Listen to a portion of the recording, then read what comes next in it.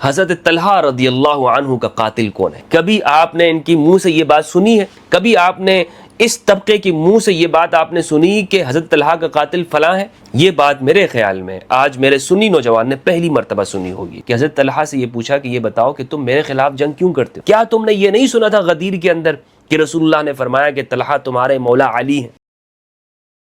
بسم اللہ والصلاة والسلام علی رسول اللہ وآلہ وعلی السلام علیکم ورحمۃ اللہ وبرکاتہ۔ امید کرتا ہوں آپ لوگ خیریت سے ہوں گے، پروردگار آپ سب کو اپنے حفظ و امان میں رکھے۔ دوستو، آج ایک ایسا گروہ بھی پایا جاتا ہے کہ جو صحابہ کرام کے معاملات کی وجہ سے ایک دوسرے کی تکفیر کرتا ہے، یعنی ان کے سامنے اگر صحابہ کرام کے وہ معاملات جو ان کے آپس میں ہوئے، ہماری اہل سنت والجماعت کی جو اصح درجے کی کتابیں یعنی صحیح ترین کتابیں، ان سے بھی ان کے سامنے بیان کریں تو پھر یہ طبقہ فوراً سیخ پا ہو جاتا ہے، فتووں کی بھرمار کر دیتا ہے، دوسروں کو فوراً یہ کہتا ہے کہ دیکھو یہ وہ شخص ہے کہ جو صحابہ کے دشمنوں کے ساتھ کھڑا ہے، یہ تو فلاں ہے اور اس کو تم فلاں یعنی صحابہ کے جو دشمن ہیں ان کی صفوں کے اندر تم اسے شمار کرو۔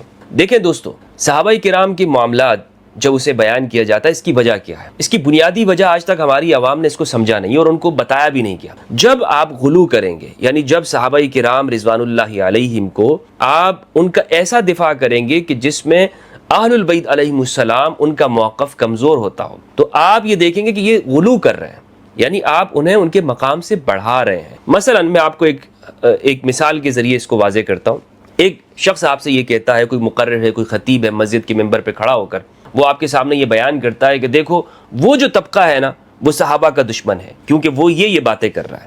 اب جب عوام کے سامنے یہ بات کہی جائے گی، عوام تو اس کے اوپر فوراً یقین کر لیتی ہے، اچھا ٹھیک ہے جناب، تو پھر اس سے نفرت بھی کرنی ہے۔ لیکن یہ جو طبقہ جب یہ ممبر پہ کھڑا ہو کے یہ گفتگو کر رہا ہے، یہ دوسری حقیقت بیان نہیں کرتا، تو لہٰذا ایک ریسرچر کا کام یہ ہوتا ہے، ایک محقق کا، کہ وہ پھر اپنی کتابوں کو دیکھتا ہے، وہ کہتا ہے اچھا یار میں ذرا اس کو ان کتابوں کے اندر تو دیکھ لوں، یعنی کیا یہ بات صحابہ کرام رضوان اللہ علیہم کے بارے میں بخاری، مسلم، ترمذی، ابن ماجہ، نسائی، ابو داؤد، مسند احمد ہماری کتابوں کے اندر تو کہیں بیان نہیں ہے۔ اگر ہماری کتابوں میں بیان ہے تو جب آپ اس کو بیان کریں گے، ایک ریسرچر اس کو بیان کرتا ہے، تو اس سے پھر نفرت کم ہوتی۔ لوگ یہ سمجھتے ہیں بھائی آپ اس کو بیان کیوں کر رہے ہیں؟ اس کے بیان کرنے کی وجہ یہ، اور تاکہ ان لوگوں کی حقیقت بھی سامنے آئے نا، یعنی یہ طبقہ کہ جو یہ کہتا ہے کہ صحابہ کا دفاع ہونا چاہیے اور دفاع صحابہ کے نام پر تحریکات بپا کرتا ہے، دوسروں پر کفر بدعتی کے فتوے لگاتا ہے، ان کی حقیقت تو تب کھل کے سامنے آ جاتی ہے کہ جب ہم یہ دیکھتے ہیں کہ ایک طرف تو یہ کہتے ہیں کہ دوسرا شخص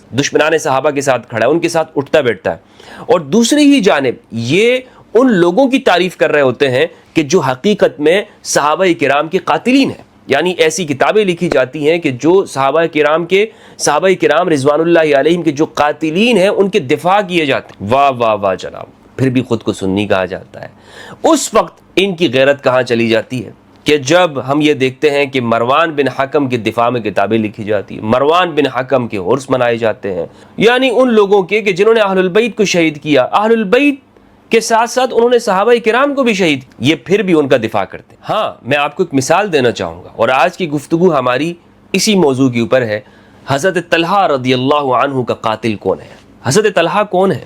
طلحہ ابن عبید اللہ، یہ عشرہ مبشرہ کے صحابی، یعنی ہمارے ہاں اہل سنت والجماعت میں ان کو ان صحابہ کرام کی کیٹیگری میں رکھا جاتا ہے کہ جنہیں رسول اللہ صلی اللہ علیہ وآلہ وسلم نے ایک ہی مجلس کے اندر جنت کی بشارت دی ہے، عشرہ مبشرہ۔ حضرت طلحہ بدر کے اندر شریک نہیں تھے، اس وقت یہ شام بزنس کے لیے گئے ہوئے تھے، احد کے اندر شریک تھے، ان کے کارنامے ہیں، لیکن یہ امام علی علیہ السلام کے خلاف لڑے ہیں جنگ جمل میں، اور جنگ جمل میں ہی ان کی شہادت ہوئی ہے۔ ان کو قتل کرنے والے کون ہیں؟ کون ہے ان کا قاتل؟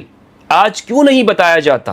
وہ لوگ کہ جو صحابہ کے دفاع کی بات کرتے ہیں، وہ لوگ کہ جو یہ کہتے ہیں کہ جناب دفاع صحابہ ہونا چاہیے، اور فلاں فلاں طبقہ وہ اہل سنت کا دشمن ہے، فلاں فلاں طبقہ وہ در حقیقت صحابہ کرام کا دشمن ہے، ان پر سب و شتم کرتا ہے، وغیرہ وغیرہ۔ لیکن یہ حقیقت کیوں نہیں بتاتے کہ حضرت طلحہ جو کہ عشرہ مبشرہ میں سے ہیں، ان کا قاتل کون ہے؟ کبھی آپ نے ان کی منہ سے یہ بات سنی ہے؟ کبھی آپ نے اس طبقے کی منہ سے یہ بات آپ نے سنی کہ حضرت طلحہ کا قاتل فلاں ہے؟ ہماری اہل سنت میں ابن عبد البر الاندلسی رحمہ اللہ نے اس بات کو صراحت کے ساتھ لکھا ہے کہ علماء اہل سنت میں یا محققین کے ہاں اس میں کوئی اختلاف نہیں ہے کہ حضرت طلحہ کا جو قاتل ہے وہ مروان بن حکم ہے، یہ بات میرے خیال میں آج میرے سنی نوجوان نے پہلی مرتبہ سنی ہوگی. پہلی مرتبہ سنی ہے آپ نے یا نہیں سنی؟ اگر پہلی مرتبہ سنی ہے تو ضرور بتائیے گا. یہاں میں موضوع کی جانب آنے سے پہلے میں آپ کو ایک شبہ کا ازالہ آپ کے سامنے کرنا چاہتا ہوں. اور وہ شبہ کیا ہے، بلکہ میں اس کو وسوسہ کہنا چاہوں گا کہ جو ناسبی حضرات ایک وسوسہ بھی ڈالتے ہیں. وہ وسوسہ یہ ہے، یہ لوگ کہتے ہیں کہ حضرت عثمان رضی اللہ تعالیٰ عنہ کو جو شہید کرنے والے لوگ تھے وہ مصر سے آئے ہوئے باغی تھے، وہ سبائی گروہ تھا. عبداللہ ابن سوا یمن سے آیا ہوا وہ یہودی کہ جس نے صحابہ کے درمیان میں ایسی باتوں کا آغاز کیا، امام علی کی الوہیت کا، صحابہ کرام کے خلاف، اور اپنی تحریک کو کامیاب کیا، اور وہ حضرت عثمان رضی اللہ تعالیٰ عنہ کو شہید کرنے میں کامیاب ہو گیا. حقیقت کیا ہے؟ یہ ایک شبہ ہے. اس شبے کو میں آپ کے سامنے گواہی پیش کرنا چاہوں گا کہ وہ ایک بہت کم تعداد میں وہ لوگ تھے، لیکن وہ کامیاب ہوئے. کیوں کامیاب ہوئے؟ اس کی حقیقت یعنی ہم یہ تو کہتے ہیں کہ کربلا میں امام حسین علیہ السلام کی شہادت ہو گئی، صحابہ کرام رضوان اللہ علیہم مدینہ میں تھے، اور آپ کا ساتھ دینے والے بہت کم لوگ تھے. ایک حقیقت بھی ہو سکتی ہے، اس کی وجہ یہ ہے کہ ہم اس بات کو مان سکتے ہیں کیونکہ کربلا وہ بلا شک و شبہ مدینہ سے دور ہے، لیکن خود مدینہ منورہ کے اندر جو صحابہ کرام مدینہ کے موجود ہیں، اہل مدینہ، انہوں نے حضرت عثمان رضی اللہ تعالیٰ عنہ کا دفاع کرنے کی طاقت رکھنے کے باوجود انہوں نے دفاع کیوں نہیں کیا؟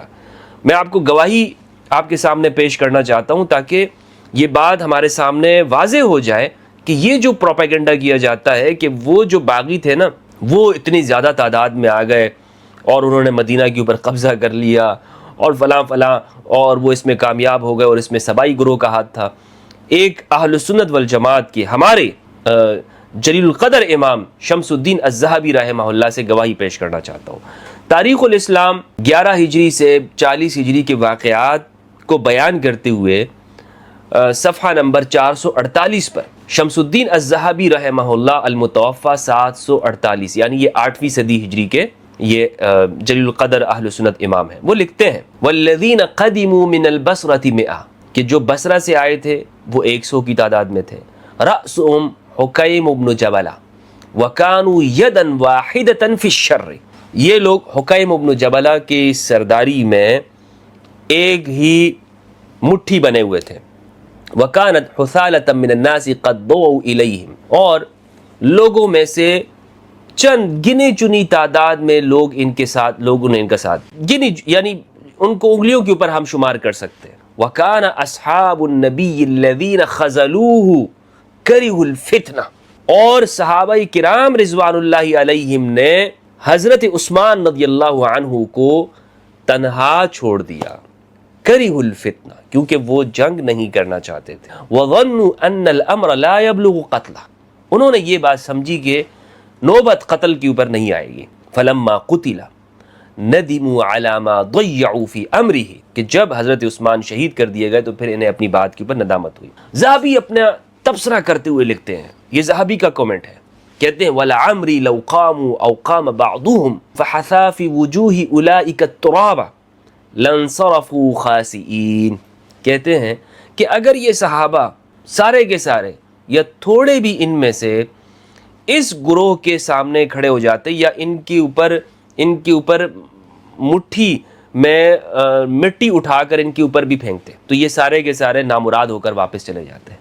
اندازہ لگائیں کہ صحابہ کرام کتنی بڑی تعداد میں وہاں موجود ہیں. لیکن ذہبی کہتے ہیں کہ کسی نے اپنی مٹھی میں مٹی بھی اٹھا کر وہ ان کی جانب نہیں پھینکی. کیا صحابہ کرام نے ساتھ دیا حضرت عثمان رضی اللہ عنہ کا؟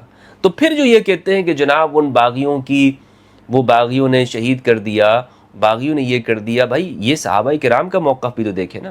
ہاں بعد میں ان کو ندامت ہوئی، ذہبی نے جیسا لکھا ہے کہ بھائی کیوں ہم نے ان کا ساتھ نہیں، لیکن اس موقع پر کسی صحابی نے وہاں پر حضرت عثمان کا ساتھ نہیں دیا. تو یہ جو آج ایک مولانا صاحب کو میں سننا تھا، وہ کہتے ہیں کہ اگر میں وہاں پر ہوتا نا تو میں باغیوں کے سامنے آتا. بھائی جلیل القدر صحابہ وہاں موجود ہے، پورا اہل مدینہ، آپ اجماع کے خلاف کام کرتے.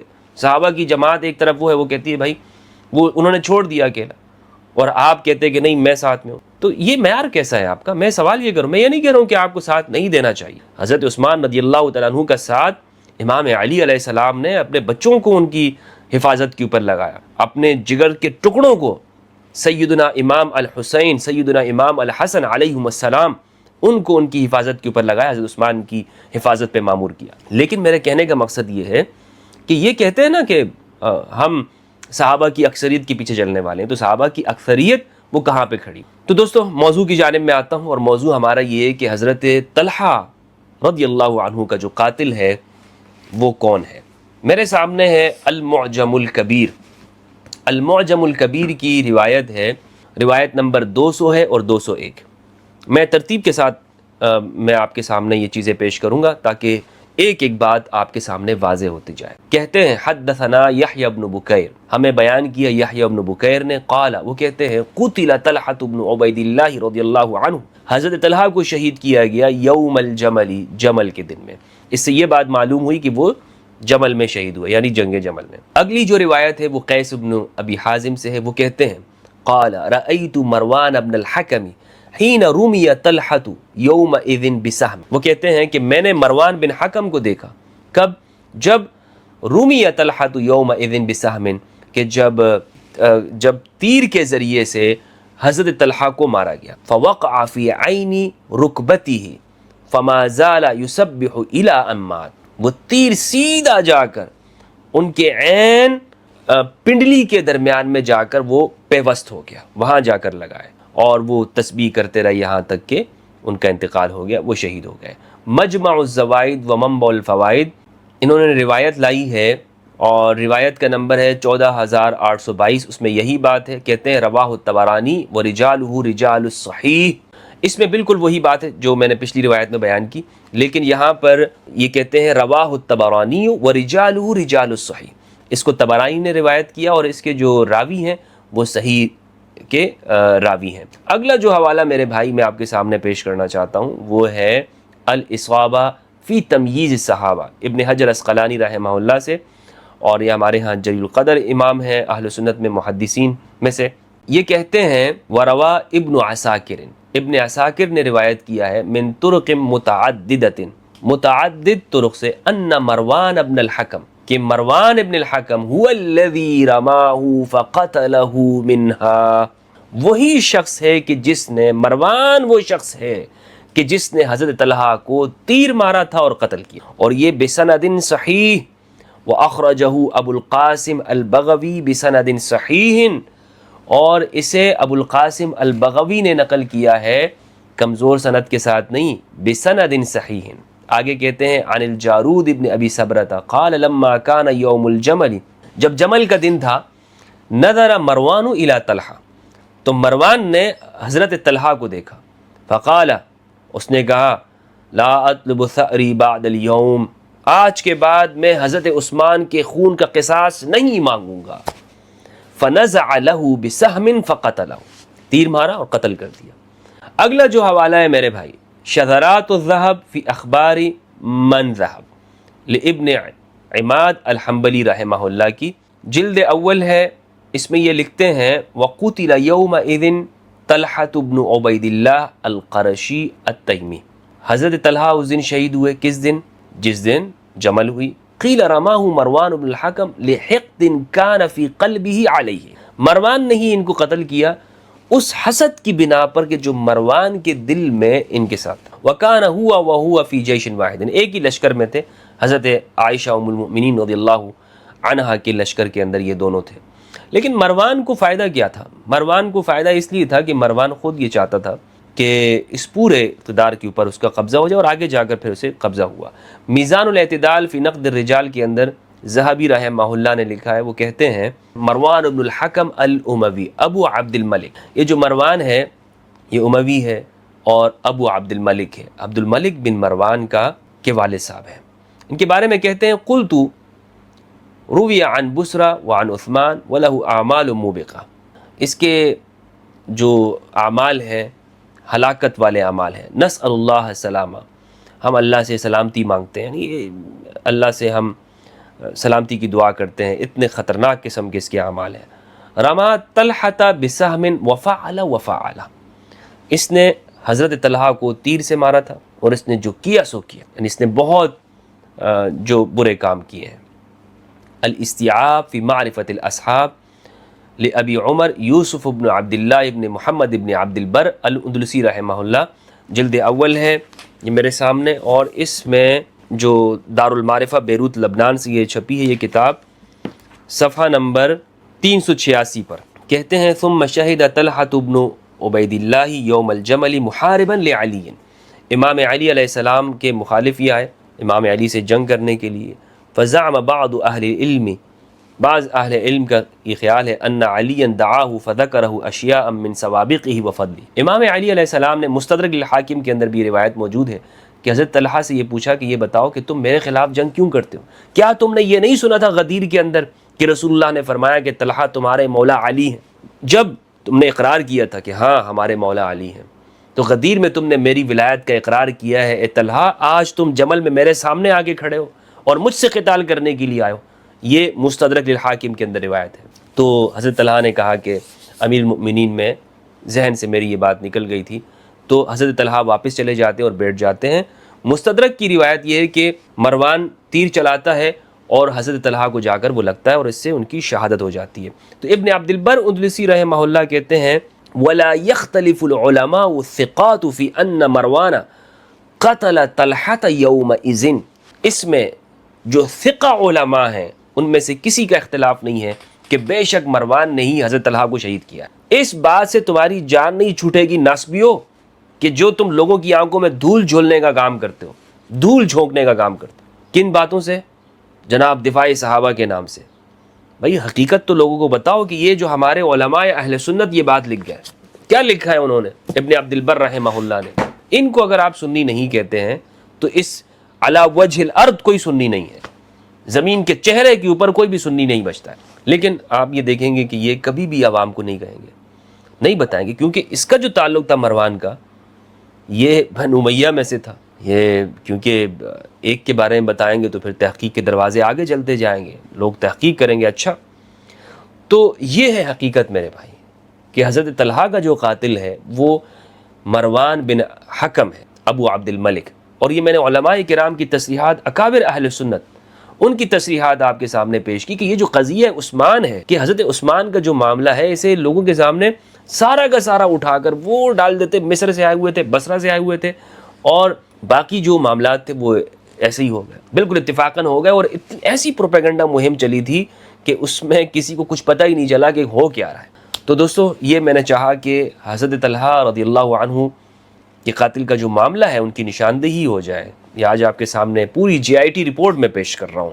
اور بنو امیہ کی یہ جو فرد ہے مروان بن حکم، یہ قاتل ہے، اصلی قاتل حضرت عثمان رضی اللہ تعالیٰ عنہ کی جو شہادت ہے اس کا بھی یہ سبب ہے۔